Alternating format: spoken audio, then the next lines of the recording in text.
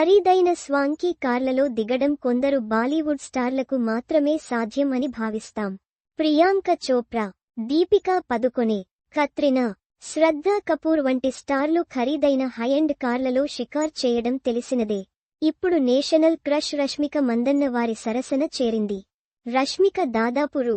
2 కోట్ల విలువైన అద్భుతమైన మెర్సిడెస్ బెంజ్ S450ని కొనుగోలు చేసింది. సెలబ్రిటీలు తమ రోల్స్ రాయిస్లు, లంబోర్గినిలు, మేబాక్ వంటి ఖరీదైన వెర్షన్లతో మెరుపులు మెరిపిస్తుంటే రష్మిక కూడా తన యూనిక్ టేస్ట్ ని ప్రెజెంట్ చేస్తోంది. వెటరన్స్ ఖరీదైన హ్యాబిట్స్తోనూ పోటీపడటంలో రష్మిక ఎక్కడా తగ్గడం లేదు.